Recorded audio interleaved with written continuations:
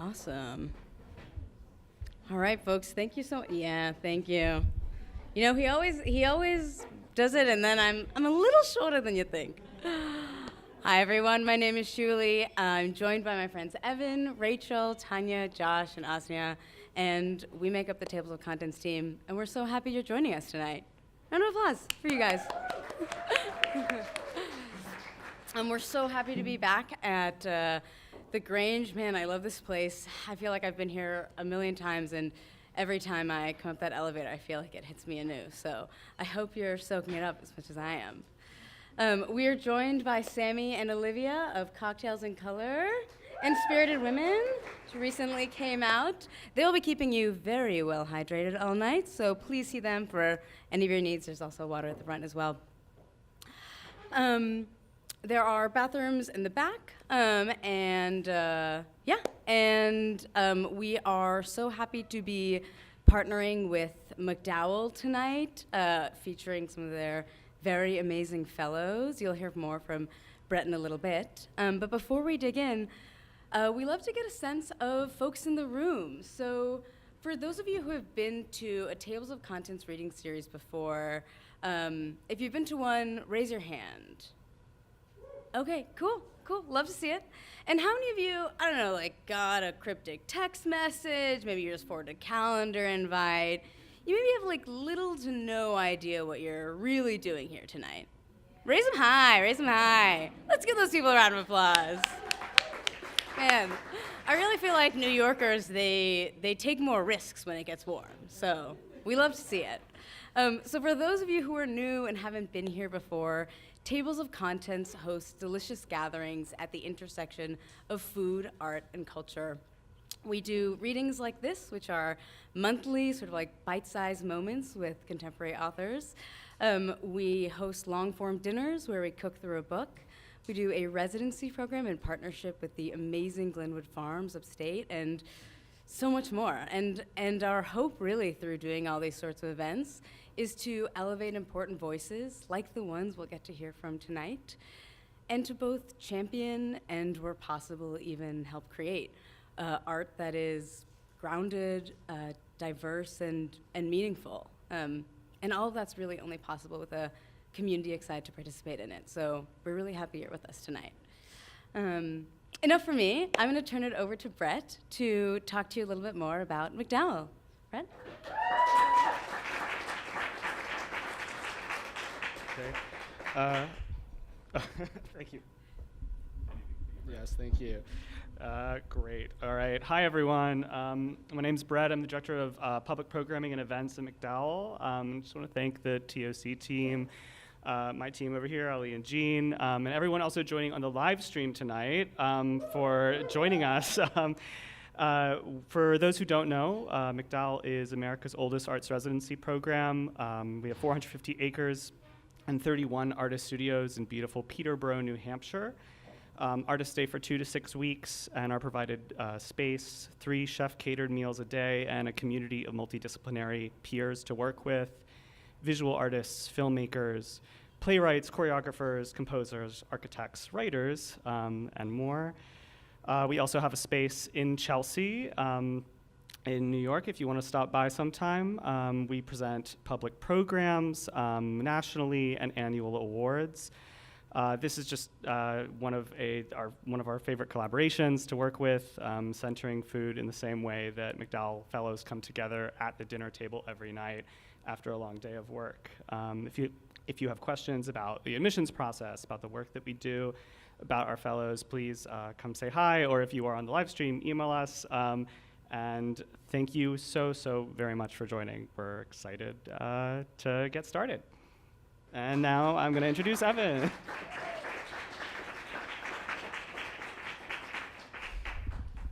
I'm really going to be adjusting this all night. This is my main job here. Thank you all so much for coming. You know what? I'm just going to do this. My name's Evan Hanser. I'm the chef and founder of Tables of Contents. Also the chef of a restaurant called Little Egg in Brooklyn, formerly Egg. Oh, thank you. We just had our two-year birthday at Little Egg. And also 20 years from when Egg originally opened, and Egg is where Tables of Contents was first hatched. as an idea. That was my first time. I didn't know how that was going to land. It started with a dinner we cooked in partnership with an organization called Food Book Fair. We cooked a closing meal for their weekend-long programming of independent food writing panels and discussions. And instead of doing just kind of a regular meal, we wanted to tie it into the theme. And so our first dinner was a 5-course meal inspired by The Sun Also Rises.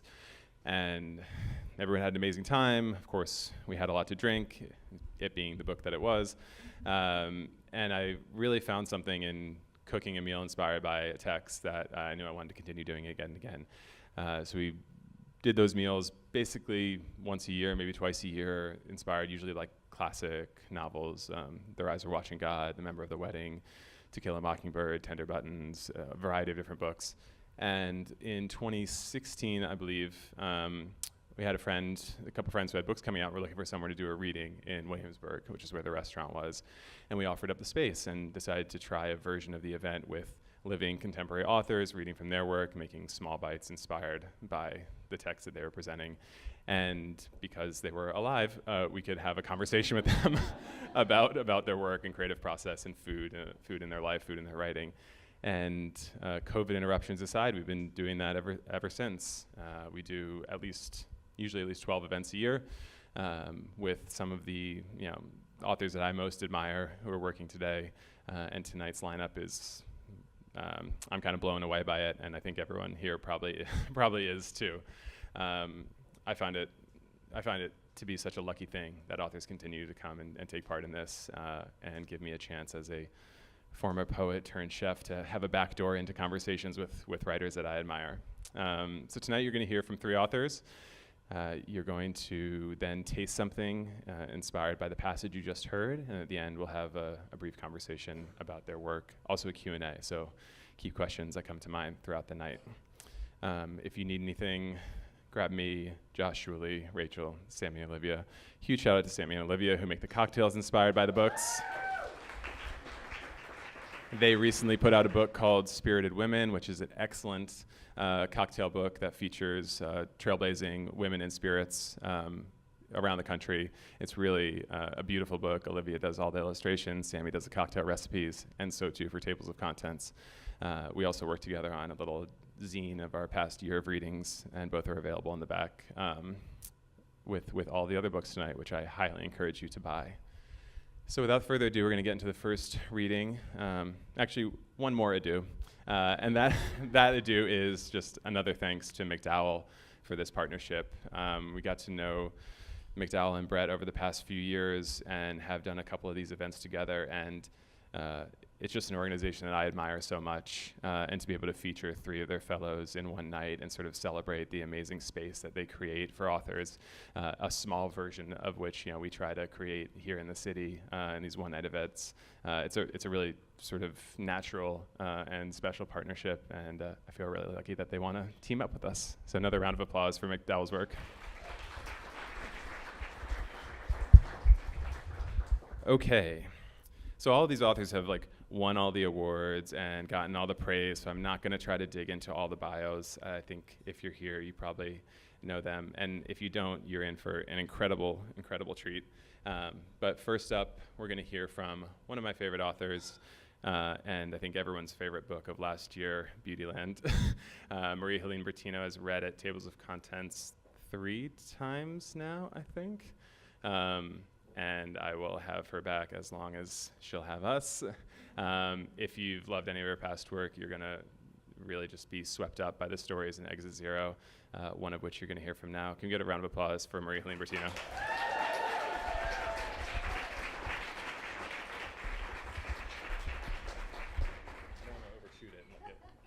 Thank you. Good. Yeah, that's perfect. Thank you, Evan. I love Tables of Contents. They build community that I'm so happy to be part of. It's so nice to see all of you here on this beautiful rooftop at this beautiful moment today. And I want to thank Sigrid and Danielle for being such amazing reading partners. I am outclassed and intimidated and really honored to be here. I am going to read for the first time from a short story called The Night Garden. And I'm so overwhelmed that I said the wrong title. It is actually called The Night Gardener. The first balloon arrives at midnight when Claudia is gardening. It is late summer in Pennsylvania, and the bats are already gone. The short-eared owls and the sandpiper, too. The last known family of great egrets has recently produced a clutch of eggs. They live in a park near Claudia, on the edge of the city. She is nagging the rhododendron roots, thinking about their wide white wings, when she senses a figure behind her. A green balloon hovers, lilting on its string as if summoning the courage to speak. Claudia opens a folded ecru paper stapled to its neck and reads the patient, handwritten scrawl. Hello. Hello, Claudia says. How long had it been there, levitating over a pile of discarded lily ends? Where had it come from? The yards to her left and right are personless, the woods that border the yard empty. A deer that had checked on her earlier is gone. Even the clouds seemed paused to wonder. Only a week remains before the Horticultural Society will judge her in the City Gardens contest. Claudia had been hoping to finish before the rain.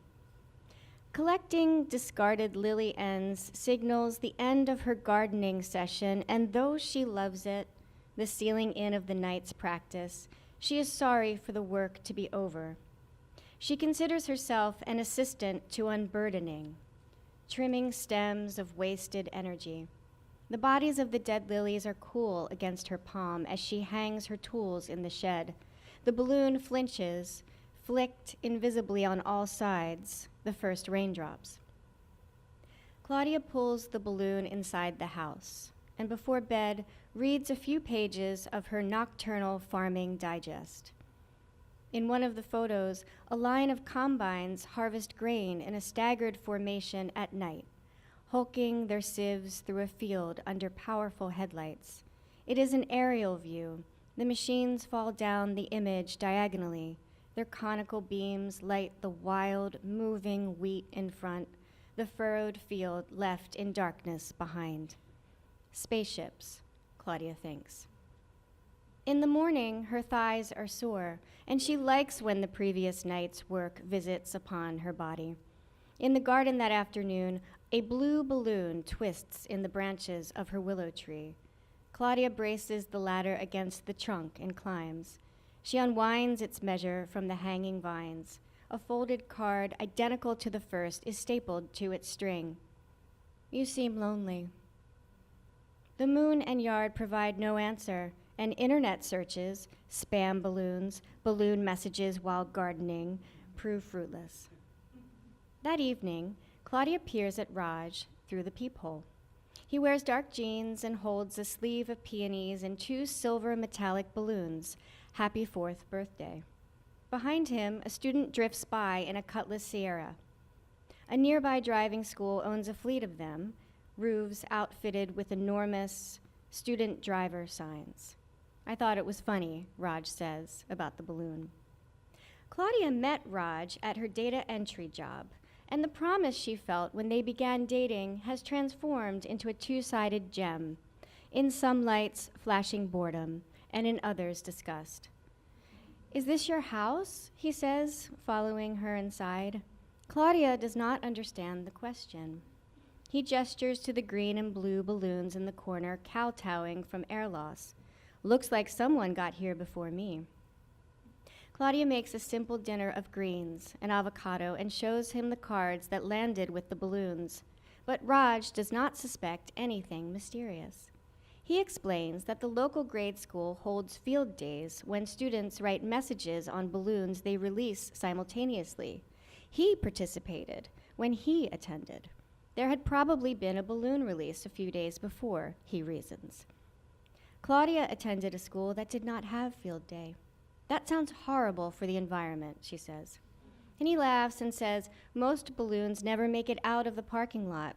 One year, his was popped by a power line. And she appreciates that he does not use the occasion of remembrance to brag.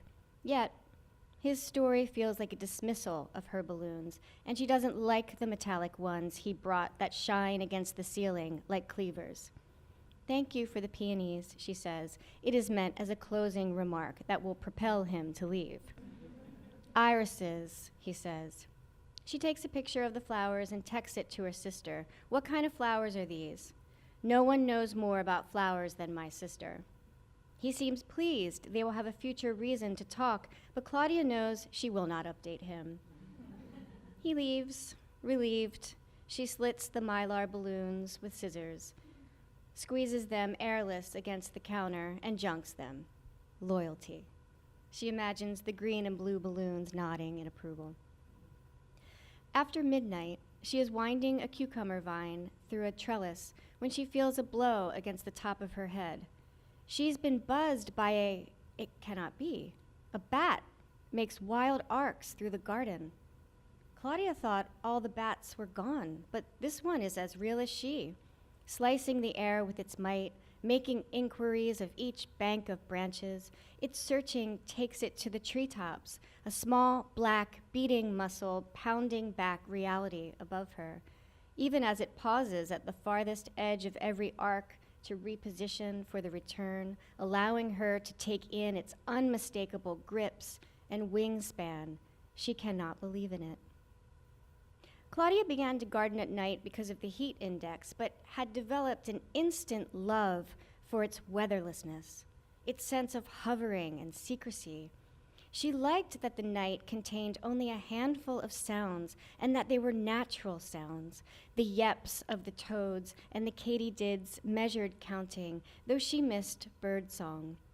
The day's colors could be garish and overwhelming, but at night she dealt in placid greens and navies, the occasional sheen of her trowel under the moon, but mostly gentle dark.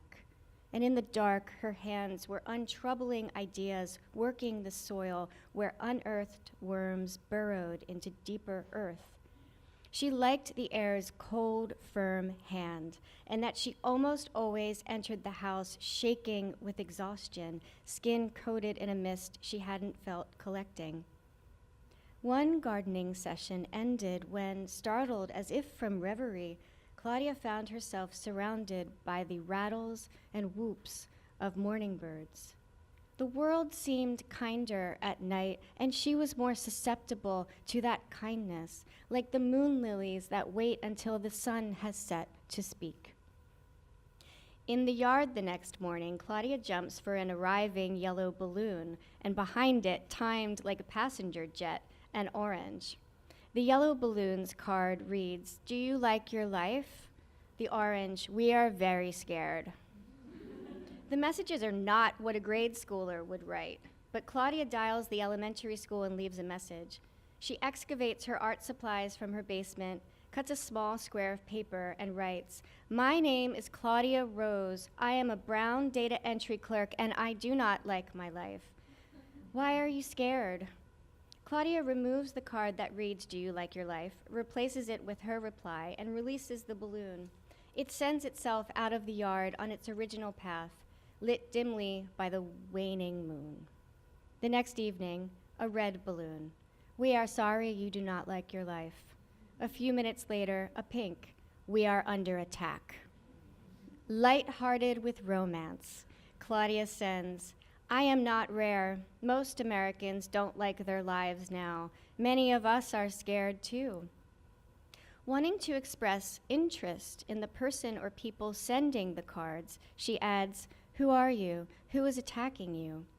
And watches the balloon sail out of the yard, flirt through the willow branches and the gap between the electric poles, over the maple copse furred in heat. The next evening, before leaving for a data entry clerk happy hour, Claudia crawls across her yard, snipping grass with her sister's vintage scissors. A black balloon arrives. "We do not have much time. In a few days we will be gone. Oh well." A purple balloon. "The birthmark on your neck is lovely." And Claudia sends back, "How can I help?" The balloon vaults the maple copse before making a purposeful retraction, as if asking itself a question, then answers through the opening made from the 2 electric poles, skirts the willow, and investigates a farther breeze. She waits for a response until she must get dressed. The bar is in the basement of a local housing complex. Her manager has ordered chicken fingers, chicken wings, and chicken nuggets for the team. Plates of them are spread around the cocktail tables. Claudia nurses a whiskey and listens to the gossip regarding a new associate. She longs to be home, scanning her backyard for balloons. Please let there be a balloon when I get home. She retreats into the bathroom to press a fingertip against her birthmark, waiting as if for a lover's text. "Such a nice spread," one of her coworkers says, meaning the fingers, wings, and nuggets. "Unless you're a chicken," Claudia says. At which point, it'd be like a house of horror.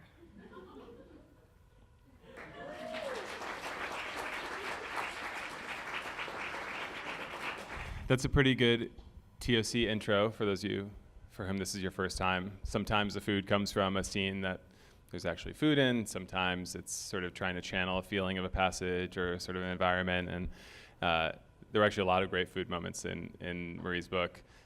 Some good ice cream. Sorry to let you down on that. Tuna melt, I think. Grilled cheese. I don't know, there's a lot of stuff going on. But this little moment of like tending to the cucumber vines and this mysterious moment of communication with who knows whom felt like an interesting thing to lean into, especially here in our night garden of the Brooklyn Grange. If you haven't been to the Grange before, they're an incredible organization. I've worked with them in a number of different ways over the years, doing dinners on their farms, doing food relief work with donated produce, and then, of course, here doing tables of contents events here. They're a really great organization. You should keep in touch with them because they have open farm days, and it's such a beautiful space to visit again and again throughout the season. Next up, I'm very excited to have Danielle Saldaña París join us tonight. Yeah. All right, I'm going to say a couple more words. That's not it. Yeah, I mean, clearly nothing else needs to be said. Y'all already hype. But Danielle and I met a couple years ago, I think, and I've been really excited to have him here. We're also lucky to hear from yet to be published novel, which is always thrilling to get a little sneak peek in this season of bloom, called The Dance in the Fire. And I love Danielle's writing, the sentences, the oddity of it. And when I opened the book and saw that the epigraph was from one of my favorite books ever, Under the Volcano, I knew it was a ride that I was really going to enjoy. So a round of applause for Danielle.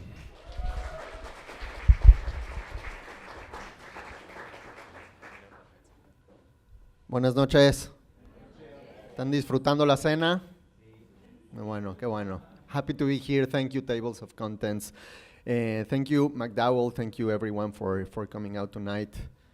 I'm going to read a brief passage from this novel that is coming out in July. It's not for sale here, of course, but there's my essay collection that just came out last year. Planes Flying Over a Monster is here also, in case you are interested in checking it out.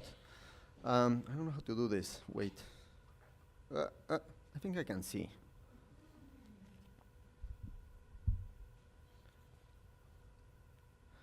I wake during the night in pain.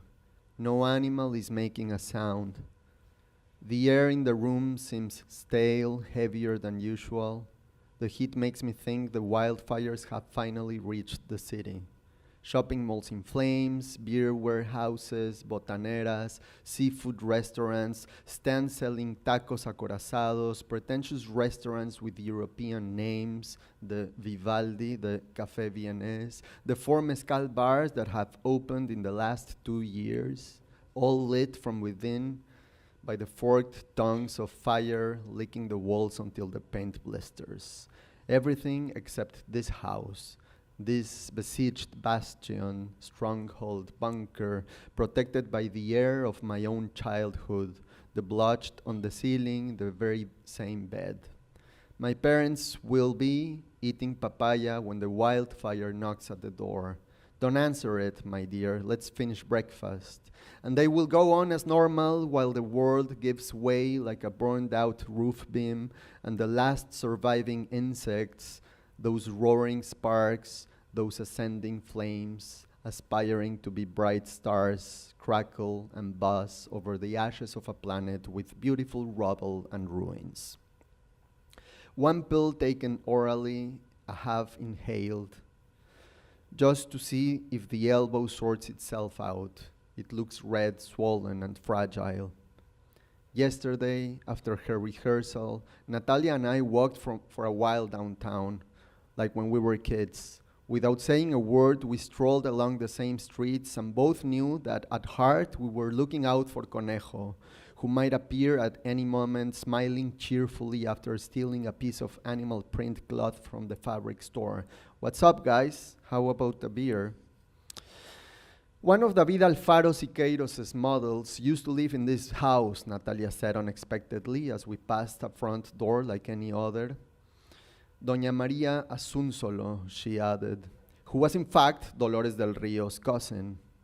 She lived here with her iguanas until 1999, sunbathing nude in the garden of the house and scandalizing the neighbors who could see her from their windows, a bronzed hide on a lounger, a straw hat, a straight tequila on a table at her side. How do you know that? I asked with a smile. Conejo told me. He had it from his father. As you're well aware, Señor Bertini knows every miserable corner of the city and has a story for all of them. And then, in a mocking tone, as if winding me up, she added, those of us who have stayed here know a great many things. She takes pleasure in needling me for going to the capital, for going there and then coming back. I guess that circle is a little risible. There's something epic or mysterious about the ones who leave never to return, whereas those of us who do come back, the same people, only worse, inspire nothing but laughter. Even so, Natalia knows there's also something sad and a little comical about having stayed. Always here, in Cuernavaca, like you're waiting for an opportunity that never appears. She went on. Learning those ridiculous details is the only means we have of avoiding suicide. You have to unearth the stories the small town hides behind its walls. If we may do with what we can see, we wouldn't survive the week. After that, we passed the CMA and I asked Natalia if she remembered the time we hid there to fuck in the basement. That building was a hospital in the 19th century, and now is the basement, and now the basement used to be and what is now the basement used to be the morgue. When she went there for her dance classes and I went to photography, people used to tell horror stories about that part of the building, women appearing with their dresses bathed in blood, the sound of dogs barking behind walls. On that particular occasion, Natalia and I jerked each other off among piles of junk, canvases, easels, and folding chairs. But she said she didn't remember, and that made me doubt if the episode really had happened as I recalled it. Most likely, it was a memory I invented years later, a recurring fantasy of a glorious past in a provincial city, while my bosses were bullying me or my wife was asking me to try harder to talk about my feelings. And I invent an invented episode, but nonetheless important, a yardstick, shall we say, or a geological evidence of a private Pangea, that long past time when the psyche was one, not a heap of pieces scattered on the rug like a jigsaw puzzle after an attack by a cat. I suggested to Natalia that we could sleep together, get a room in the hotel under the volcano, or walk to the forest near where she lived and camp out there as we used to when we were kids. There are wildfires all over the place, R, she said. And don't take it personally, but I have no intention of dying in your arms and having us found the next day covered in ash, like a cheap imitation of the lovers of Pompeii. I accompanied her to her car, then continued walking alone for quite a time in the direction of Conejo's. Señor Bertini told me that Conejo wasn't home, but he invited me in for a drink. I've only got rum, he apologized. And there should be a bottle of cheap cane liquor somewhere, but that makes you blind, he added with a sinister laugh. Senor Bertini's eyes sometimes open a little wider than usual, and you can see the dense fog clouding the black of his iris. He served me a Cuba Libre. I hope you don't mind, he said, but I added the ice with my own hands and sat at the dinner table with an air of debauchery, as though we had arranged to meet in some seriously seedy botanera. I guessed he had already had a few. So tell me, he began, why did you come back to Cuernavaca? Conejo said you're divorced, is that right? I glanced at him and took a swig of my drink, which was too strong. Yes, can you believe it? 7 years of marriage, and then I'm out on my ass. Senor Bertini laughed again with that coarse laugh, just like his son's. Ay, erre. They gave it to you good, but look, on the bright side, you're still young and more or less in one piece. I was left wrinkled, blind, and alone. Not alone, I replied. You have Conejo. Senor Bertini raised his glass to his lips and, just before taking a sip, muttered, all the worse, my boy, all the worse. Thank you.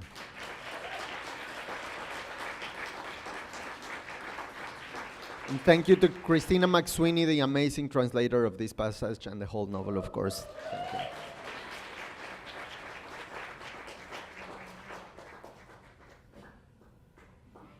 There are also a lot of food options in this book, and there was something about this, the description of how these parents would be sitting there, sort of willfully oblivious to the fires raging outside. I mean, this is not fiction, this is real.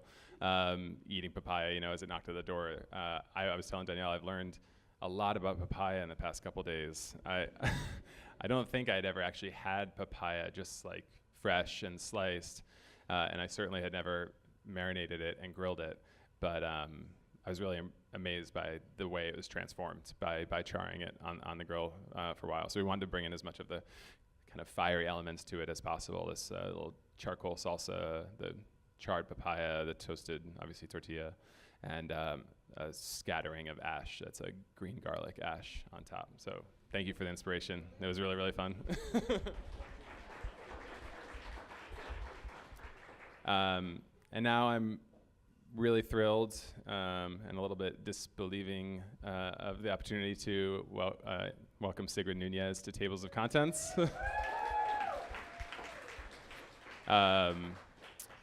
You may know her through any number of incredible books. I was introduced to Sigrid's work through her new novel, The Vulnerables.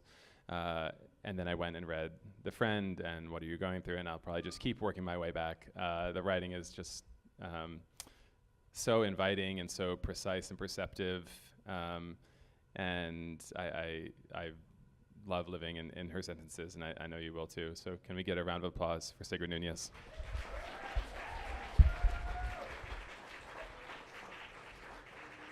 Let me know if this height's okay. I think that's maybe a little bit lower, and this is good. Thank you. Thank you very much, Table of Contents, for having me here tonight. Thank you, MacDowell, and thank all of you for being here. In this book, as some of you know, I had decided to name all the female characters after flowers. The one male character is named after a weed, but he doesn't appear here. Vetch is his name, but he's not in this part, so Vetch. Okay. I could call her Rose, or Violet, or Lily. The first one of us to get married, the first to have a baby, the first to die. Lily. For us, her funeral would also be a reunion, as I suppose most funerals are. At the gathering following the burial, in the home where he now lived alone, her husband told us how for some time she'd been convinced that something was happening to her. Not something bad, he said, but something strange. She was superstitious. She had always been superstitious. She believed in signs. Why were people she hadn't been in touch with for years seeking her out just now? In one day, messages from 2 different men, her husband said, boyfriends of her youth. "I had a dream about you," said one. "Your face just swam into my head," said the other. A handwritten letter from a childhood friend she barely recalled. "All these years, it's been weighing on me," this person wrote.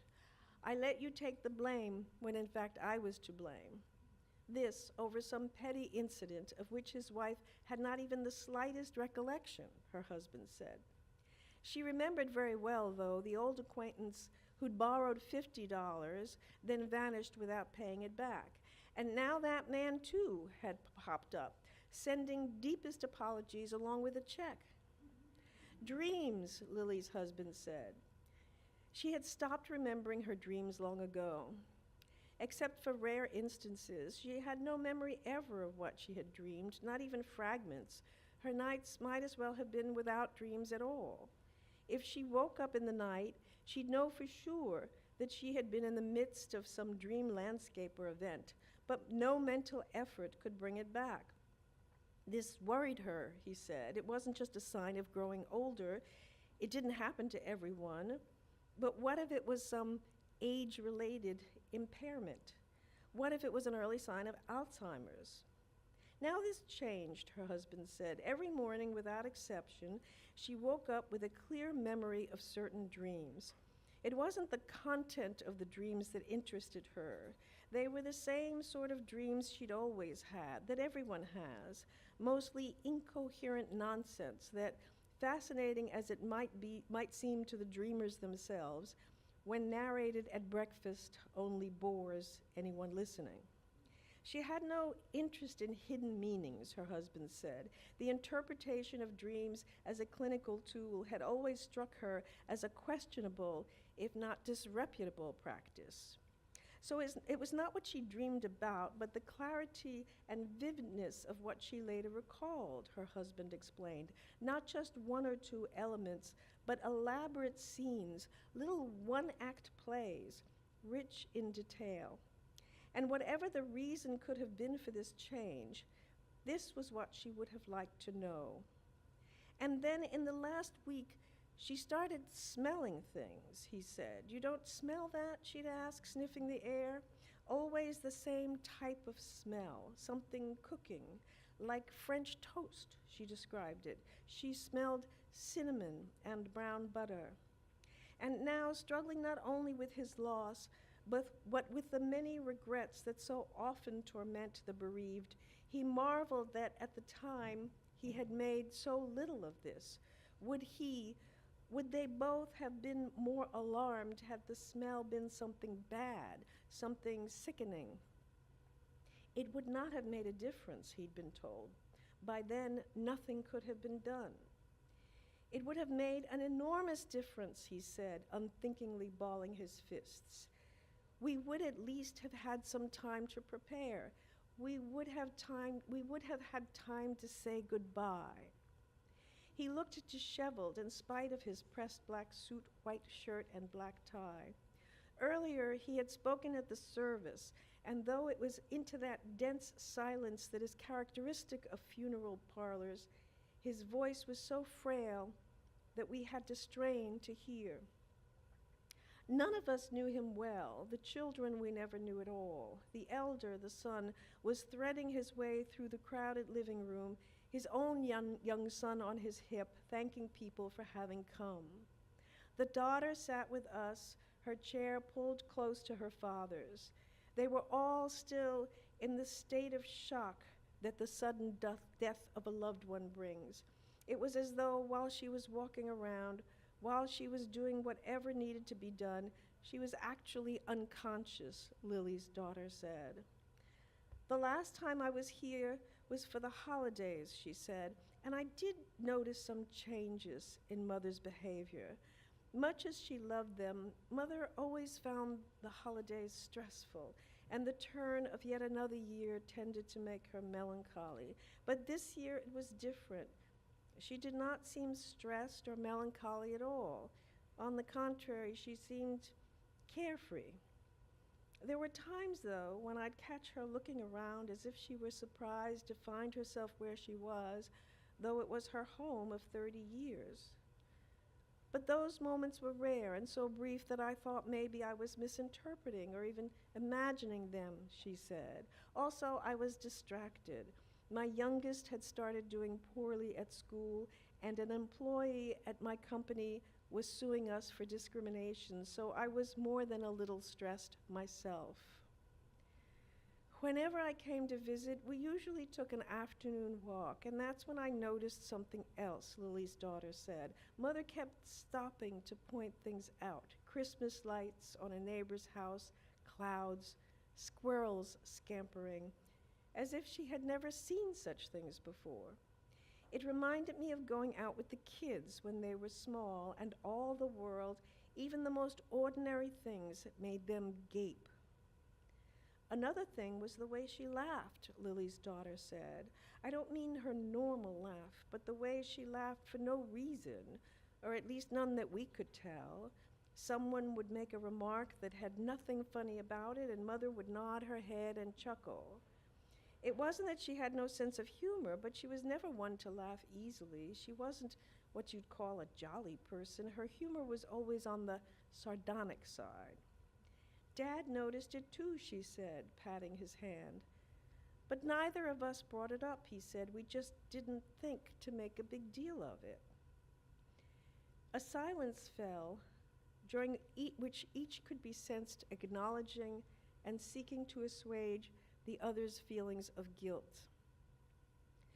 Lily's husband said it was odd, her behavior, but it was also harmless, even charming, some of it. And if it hadn't been that way, if she hadn't seemed perfectly happy, not to mention, according to the results of her last physical in good health, she was fine, his daughter broke in. She was still going to work every day. No sign of trouble there, she said, glancing across the room at a large, shaggy gray-haired man helping himself to tea sandwiches and poppy seed cake.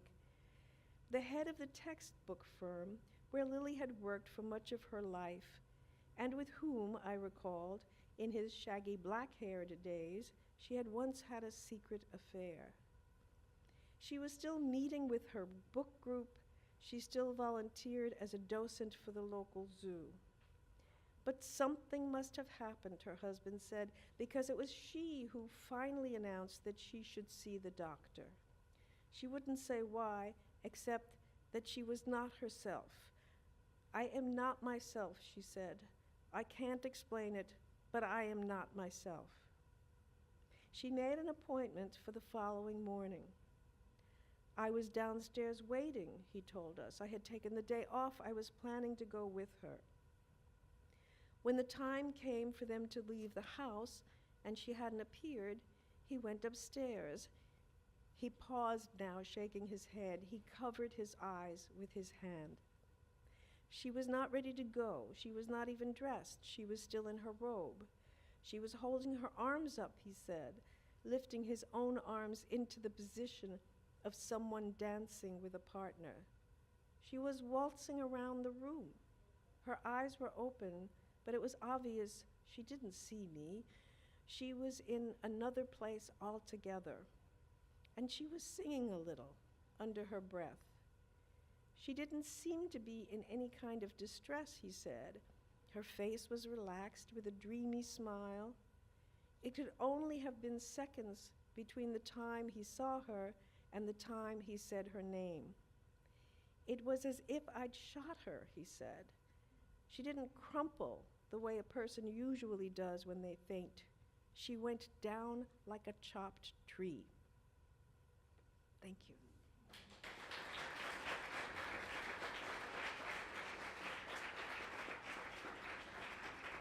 Hey, Josh, I see you. Good wave. Can we give a round of applause for Sigrid Nunez, please? And the inspiration for an amazing smelling and tasting French toast made by the wonderful Tanya Bush.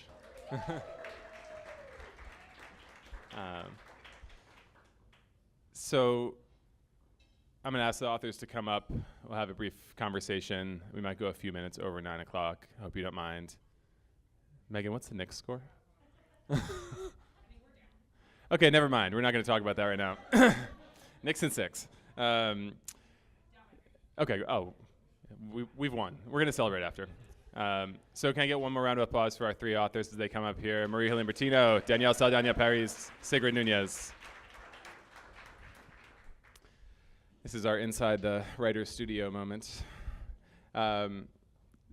Those of you who have been here before will know that, and I sort of mentioned it, that when I was in college, I was studying writing, particularly poetry, and I got into cooking in my sort of sophomore and junior year in school, cooking for friends, and I was really torn between the two, and eventually it became clear that people were much more interested in accepting an invitation to come and eat something I cooked than to read a poem that I wrote, and so cooking ended up being the path I tended towards. But when I started working in restaurants, I remember feeling so viscerally. I mean, food was making its way into my poems when I was still writing more actively, and I was really frustrated by that because I wanted to write about important things, not like tomatoes. But there's the night gardener has proven me wrong on that idea. But I felt a lot of similarity between the cooking process and the writing process, and trying to take an idea for something you wanted and put it into a plate or onto the page, and all the process of revision and the nerves. And I think writing was sort of more personal in a lot of ways, but there's something so very intimate about cooking for someone and really waiting for their reaction, that validation, that maybe you don't get as much with writing because your work is consumed away from you most frequently.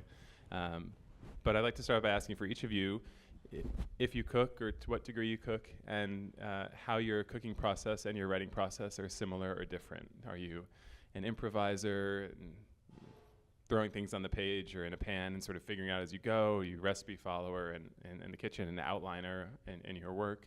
How do those things align, or do you find yourself working differently each of them? And maybe Marie, because you've answered this question in some ways before, I can start with you.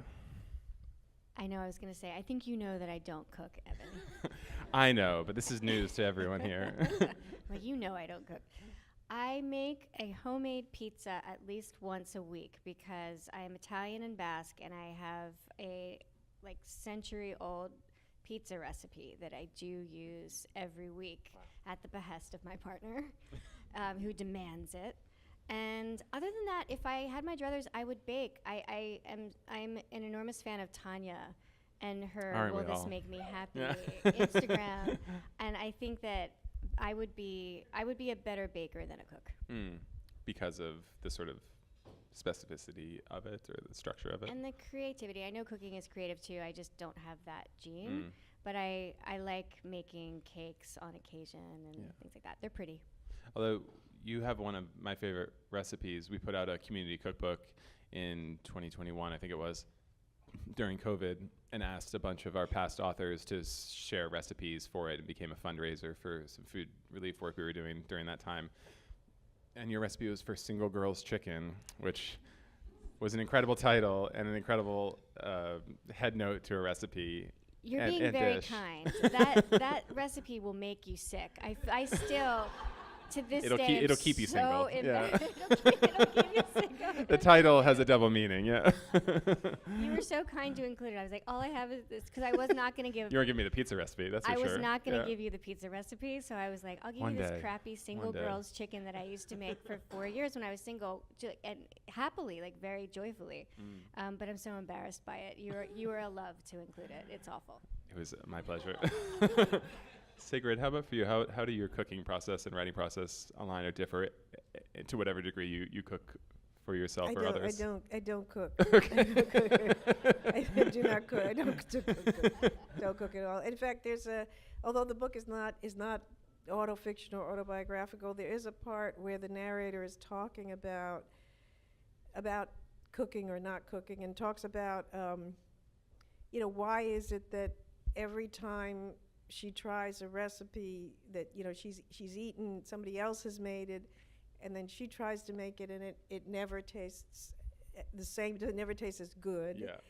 And then she says it could be because, and this is autobiographical, every time I try to cook something slightly complicated and do what they say about setting out all the ingredients, I eat it and then later go in the kitchen and realize that I have left out one of the ingredients. And there it is, sitting in its little bowl. And this happens. Why does this happen so often? Like, it's really. This is like a willful thing. There's some it's really subconscious here. strange. And then no, it's true because the kitchen is not like I have this vast kitchen. I have this tiny, tiny kitchen. A kitchen that like that is it's not. What do you call those kitchens? So Like a galley kitchen? Yeah, thing, yeah, it's or? a galley kitchen. Yeah. So it's not like it could be way over there. It's Right. like right there under my nose.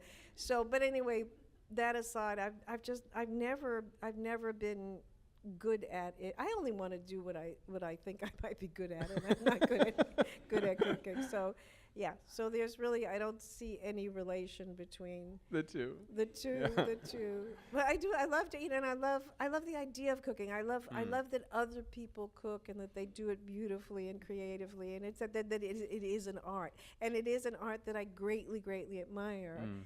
But I just think, you either have it or you don't, and you figure out kind of early, It is one of my regrets, though, that I didn't, just from my own sake, I thought, you think things that you could have done in life that you're now not going to do because you're too old or whatever.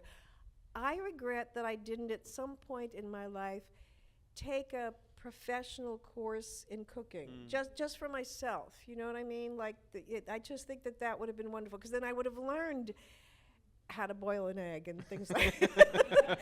No, because I feel like there's still time, at least for that. I would have. You can come over and I would have we'll do the egg enjoyed thing. it. I would have enjoyed it, and I would have learned skills. Right? That's what I just talked about. That I wish I had done that. Yeah. I'm not going to do it now. Well, we'll talk after. It's true. But it's a great idea. It is reflected in the book, it's though. It's a great idea, right? There's only, I think, 4 mentions of food in this book. One you mentioned, the other this French toast. And then there's a couple mentions of a caramel oat milk ice cream with caramel ice various cream, yeah. toppings that are sort of scrounged from the freezer. And vegan stews that there's vegan stews, Vetch always yeah. making these and vegan then stews. one character eats the same meal every day. I think it's like avocado grilled right, cheese. he says, don't you ever eat anything but Right. avocado toast and grilled Exactly, cheese? exactly. Says, right? And then when she takes the ice cream out, she says, if it's not dairy, it's not ice cream. She Yeah. tells her. All right, so I just want to try to tie a connection between cooking and writing, No. as hard as it may be. Well, you say when you're making something, when you're trying to follow a recipe, you always find yourself leaving something out. Like, is there something you felt like you left out of this book, or how do you decide intentionally what to leave out of the book and what to include in a story like this that could have anything in it? It's day to day. You could It's include true, everything. It could like have anything yeah. in it.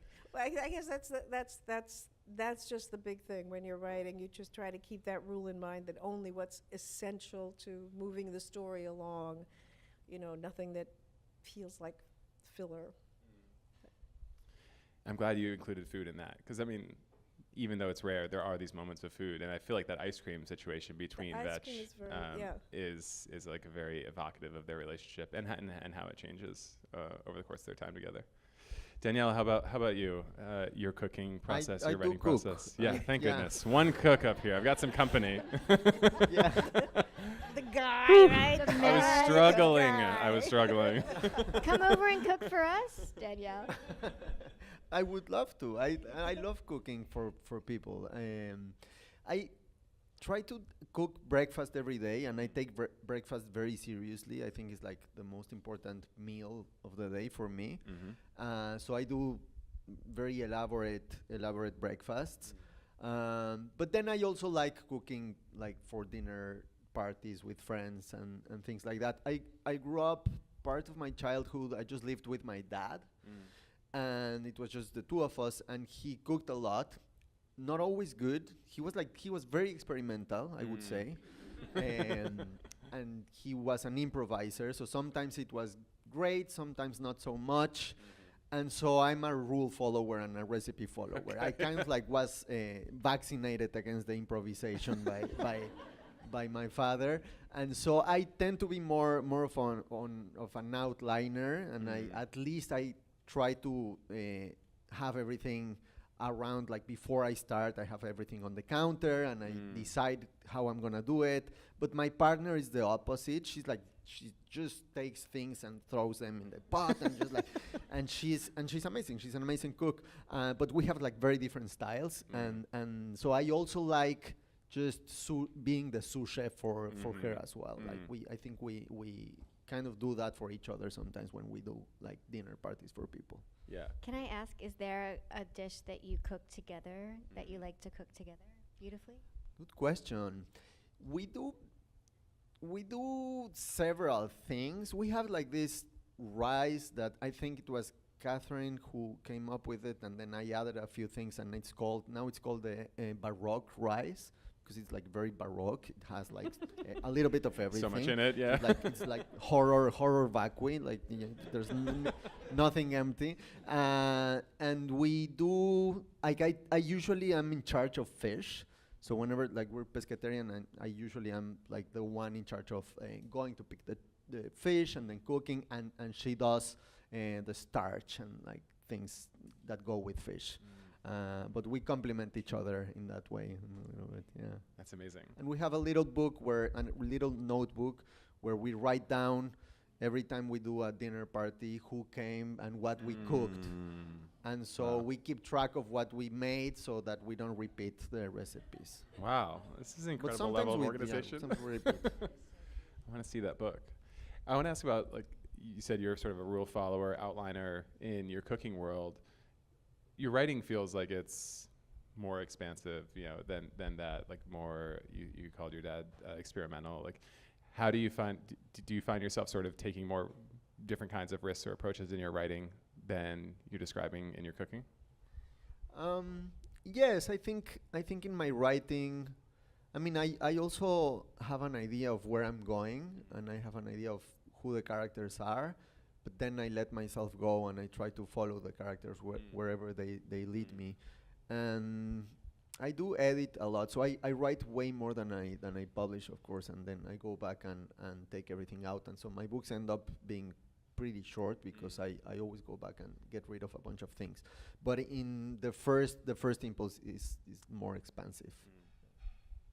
In this book, and I mean, Sigrid, you sort of already answered, we talked about this a little bit, but especially for Daniela and Marie, I'm curious how, and I'm sure Sigrid, you have other ideas about this too, how you choose to use food in your writing, like when food becomes that, there's so many things you could choose to structure a scene or a sentence or a metaphor or something around in writing to illustrate different kinds of things. Like, I'm wondering where and how you find food works well as a tool in writing, a moment of food, whether it's,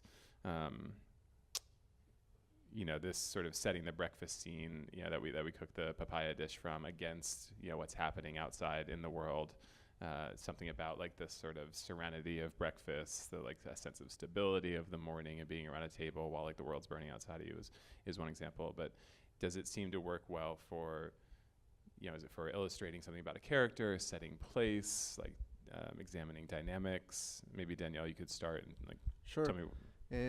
Yeah, I'm very interested in how we relate to food in terms of our love lives. Like, where do we find moments of peace, moments of quietness, and so breakfast for me is that. It's like it represents that respite. But I also think in this particular book, I think a lot about ingredients, even though it's not that obvious or it's not something I go very deep into. But I did a lot of research into the history of Cuernavaca. The novel is set in this city where I grew up, south of Mexico City, called Cuernavaca. And I read a lot about the pre-Hispanic history of Cuernavaca and how it was a commercial hub before the Spaniards, and so it was also one of the first places where they started growing sugar cane, after the conquest. And it was actually Hernán Cortés was the first person who built a sugar cane factory and farm in the middle of Cuernavaca, and that kind of created a lot of problems because he was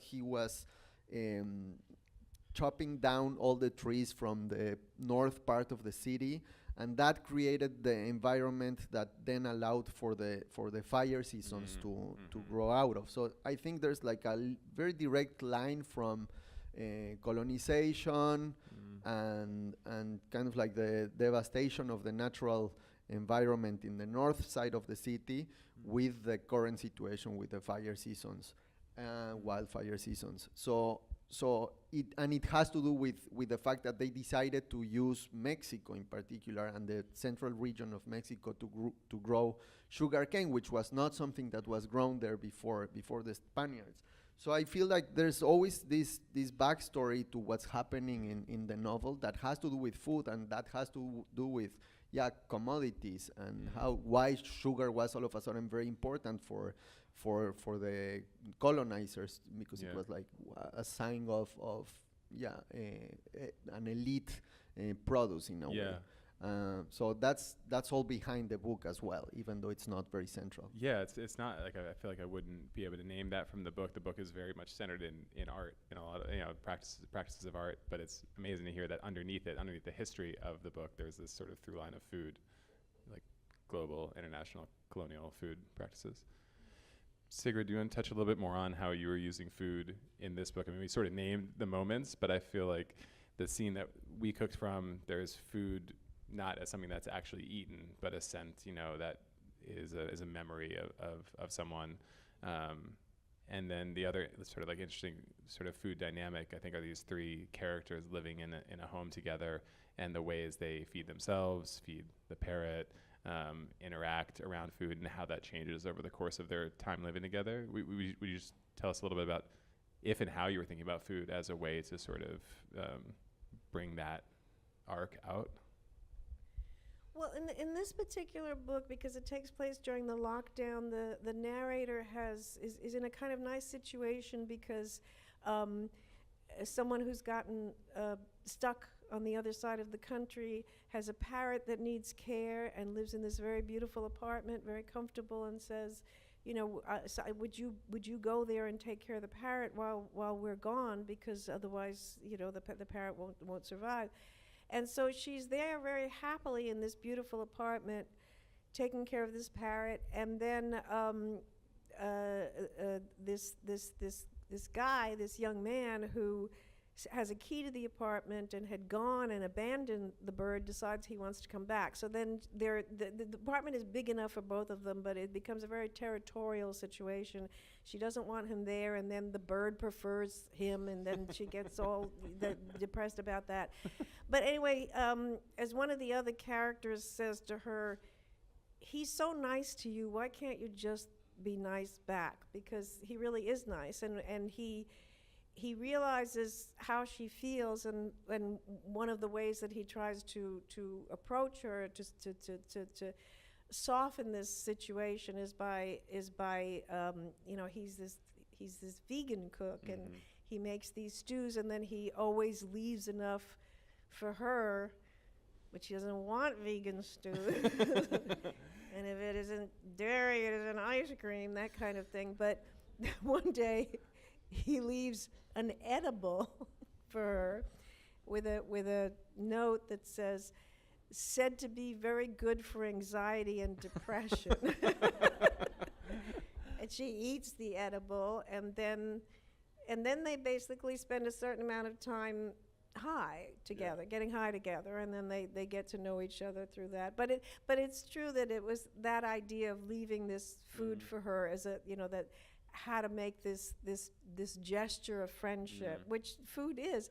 And I might not cook, but I always sit up when I come to the food in a book. It's something that good writers write so well about, and then I'm sure other people feel this way. I read something about some food, and then I want to. It's all about details, right? And everybody eats, and people cook, and there are all these cuisines and so on. When you're trying to create a real world that people are in, you use details, and details of food and food planning and making are very much a part of it. And so, but when I come to a description of food, I want to have it. I want to eat it. I'm sure, like I can still remember once when I was reading some British mystery novel, and the mention was of a cheese and pickle sandwich. Sounds great. Well, I put down the book and I had to have that. I had to have that. And it just sounded so good. Yeah. And I had never eaten, that's a British, I guess it's British, I huh? guess mean, so. But I had never even thought to have a cheese and pickle sandwich, right? Yeah. And then I had to stop reading and go and get that. Yeah. Amazing. Marie, these are stories, so there's sort of like different experiences of food in each of them. One that has a lot to do with peaches, unfortunately not the season for that. But I'm curious how you maybe are using food to sort of differentiate the worlds of different stories, if that's something you think about. I know, I was just thinking through the stories, and their stories, they each have a woman who doesn't cook, funny enough.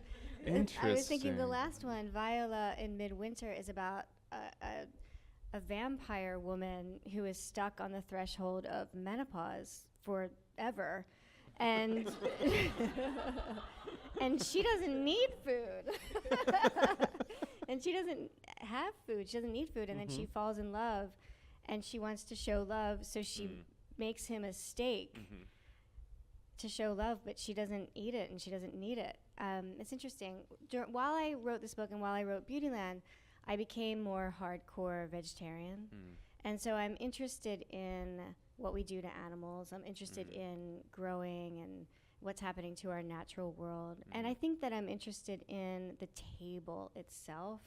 I'm interested in food only insofar as it is characterizing in my work, so that I'm thinking through what the characters would be eating. I think Exit Zero, the collection, is just people eating poorly all throughout. They're normally in grief. They're normally staying in econo lodges, in transitory post-grief situations, eating Pop-Tarts and tacos while they drive and steering with their knees. Yeah, I sometimes don't know why you have me to this to this reading series, and then I am exactly a disgrace. For this, like this is it. Yeah, I am a total disgrace, but I am. This is the most Italian thing I'll ever say. I am really interested in the table. And in fact, I'm like looking at these tables. My grandfathers were carpenters. They built tables.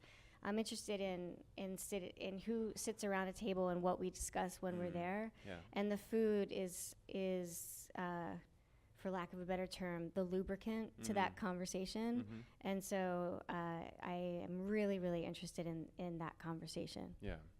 And I mean, I'm interested. One of the great things that I say this about tables contents a lot is that, as a chef, it allows me a different way of engaging with food. Sort of I have lots of feelings about the idea of food as art, like generally, but in a restaurant, your purpose is to sort of create delicious food that's going to make people want to come back. There's sort of a primary goal, and that's tastiness, comfort, something like that. In other forms of art, you're able to sort of go after lots of other emotional spaces, discomfort, disgust, anxiety, fear, and being able to pair food with, work like yours, where the food might be presented in a way that's not appetizing. It might be repulsive. It might be, you might get something put in front of you and you're like, I'm not exactly sure what this is, like, or I have even a momentary feeling, is that dirt? Why is that so burnt? Like these things that might throw you off in a restaurant, not really be permissible in a restaurant or normal eating setting, are allowed to emerge here through the conversation with the book. So that's why I have you here, and I hope you'll keep coming here. Last time I did the series, you served crickets. That's right. Yeah. Crickets. Yeah, crickets. Yeah. Not just crickets. bugs. There were other things, but crickets were involved. Yeah. Crickets were I one love of them. crickets. And Yeah. one of It's the a section I delicious read food. had katydids, or had toads in them. I'm like, oh God, We he's gonna didn't go toads. he's gonna do frogs or something. And I'm glad. I noticed tonight Toad that the meal legs. was vegetarian, and I was It wondering if was that was on vegetarian. purpose. It was not really on purpose, but I was really happy that it came out that way. And I feel like, exploring, like there was a real richness to even the cucumber salad, that layer of crunch and texture and dirt and umami from everything that was in those ingredients. There was a real meatiness, I think, to fruit. So like interesting to explore the ways that maybe the ingredients subvert their reputations. I want to open it up for a question or two before we run out of time. Can we start here in the middle? I'll repeat it. So. I love Feather on the Breath of God, and I was wondering how dance shows up in your work. Sigrid, I've noticed a lot of references to dance throughout your novels, and I wondered if you could talk a bit about it. So the note is that, what's your name? Alex? Alex loves Feather on the Breath of God, and was noticing how dance shows up in a lot of your work, and curious, I guess, how and why dance, works so well for you or becomes like a reference point for you, and maybe to expand it out beyond Sigrid's answer, we can go into how other forms of art find their way into your work as reference points or inspirations. But Sigrid, could you start? Well, I'm somebody like a lot of writers who wanted to be a writer from a very young age. But there's only one period in my life where I didn't want to do that, and that was when I was studying ballet and wanted to do that. It was always a fantasy in the sense that it wasn't going to happen. I started too late, but during the years that I did it, it started too late and I wasn't good enough. I should just say, it's not getting excuse. If I hadn't started. It's like cooking, exactly, Yeah. right. The missing ingredient. But I was very passionate about it. I really, really was, and I put a lot into it. I mean, the thing is that, I could dance and I had something, but to be a ballet dancer, you also have to be an athlete, and I am not an athlete. But this was such a dream and something that I cared so much about. That that it was a very important part of my life, and it was something that I that is sort of always with me. Also, I failed. Okay, so that was just so formative. That was just so important. What we fail at is probably much more important than what we succeed at in making us essentially who we are. And then there was also that idea for a long time that that the writing was whatever, but compared to dancing, it was nothing. So you're right. It was something very, very important to me. Danielle, I mean, there's so much art in this book. Yeah, it's funny because dance comes up a lot in this book also, and it's a central aspect of not only the book but also my life. I also did ballet for a moment when I was a teenager, and I still dance a lot. I don't dance ballet, of course, but I do dance salsa quite often, and reggaeton and all kinds of things. Nice. and I love dancing. It's very important to me, and I tried to write this book by dancing a lot. Like I was living in Cuernavaca at the time, and I had a little garden, and so I would go into the garden, dance, like do improvisation dances and film myself dancing, and then I would go back to my room and transcribe or try to describe the movements that I had done before.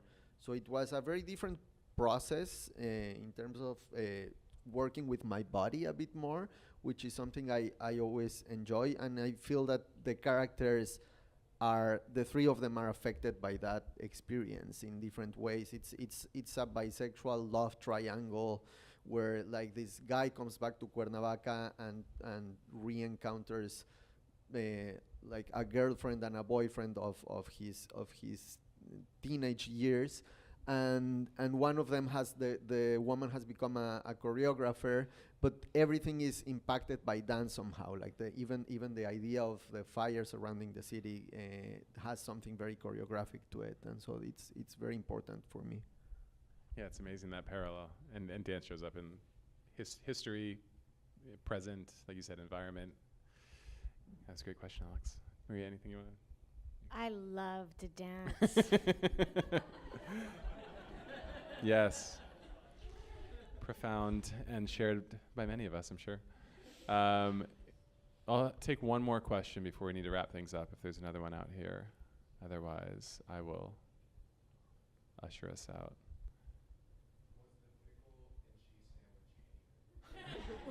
Was the pickle and cheese sandwich any good? It was, because it was so simple. It's like you didn't have to cook it. If I had to cook it, it would have been.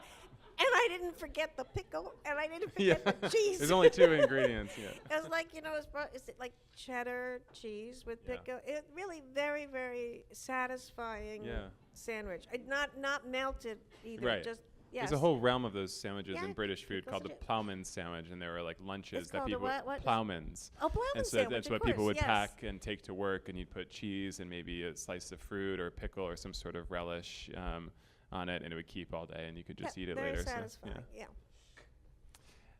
well, last question, the question we'll close with, just in a word or two, what taste do you want to leave in your reader's mouth when they finish your book, if one comes to mind? Or aroma, I guess, could work, given Sigrid's passage, but.